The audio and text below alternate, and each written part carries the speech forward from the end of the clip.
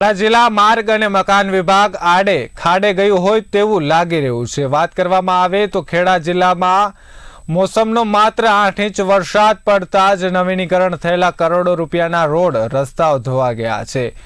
એટલે કહી શકાય કે પ્રજાના ટેક્સના નાણાં વરસાદી પાણીમાં ધોવાઈ ગયા છે। મોટા ગાબડાથી વાહનો તેમજ હેવી વાહનો પલટી ખાઈ જતા અકસ્માત થવાનો ખતરો મંડરાઈ રહ્યો છે। આ જ રીતે ગળતેશ્વર નેશનલ હાઈવે પર મોટા ખાડા પડી ગયા છે। 1 કિલોમીટર વિસ્તારમાં ગાબડા પડી ગયા છે। છેલ્લા 4 મહિનાથી ખાડા રાજથી લોકો ત્રાહિમામ પોકારી ઉઠ્યા છે। અક્ષય કુમાર અત્યારે હાલ જે સેવાલિયા રૂટ ઉપર ઊભા છે, શું કહેશે એ બાબતે? આ બાબતે હું કહેવા માંગીશ કે છેલ્લા 4 મહિનાથી આવા રસ્તાઓ આવા જ છે। ઘણા બધા ભૂવાઓ પડી ગયા છે, ખાડાઓ પડી ગયા છે। અહીંયા વાહન ચાલકોને ખૂબ જ તકલીફ પડે છે। સેવાલિયા બજાર મેઇન બજારમાં ટ્રાફિકની સમસ્યા બહુ જ થાય છે, તથા વાહનોના લીધે જે ઉડતી ધૂળો છે, જે ડસ્ટિંગ છે, એ બહુ બધું થાય છે।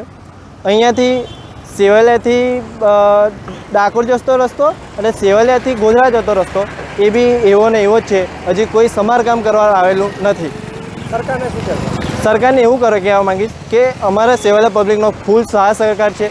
તમે પ્લીઝ જલ્દીથી જલ્દી આ રોડનું સમારકામ કરી દો, તે કહેવા માંગીશ સરકારને। રોડ ચોમાસામાં તૂટી ગયો છે અને બહુ મોટા ગાબડા પડી ગયેલા છે અને આ મેઇન રોડ છે ગોધરા અને ખેડા જિલ્લાને જોડતો। એટલે આ રોડ વિભાગે તાત્કાલિક અને રિપેરિંગ કરીને એનું જે મેન્ટેનન્સ કરવું છે એ જરૂરી છે।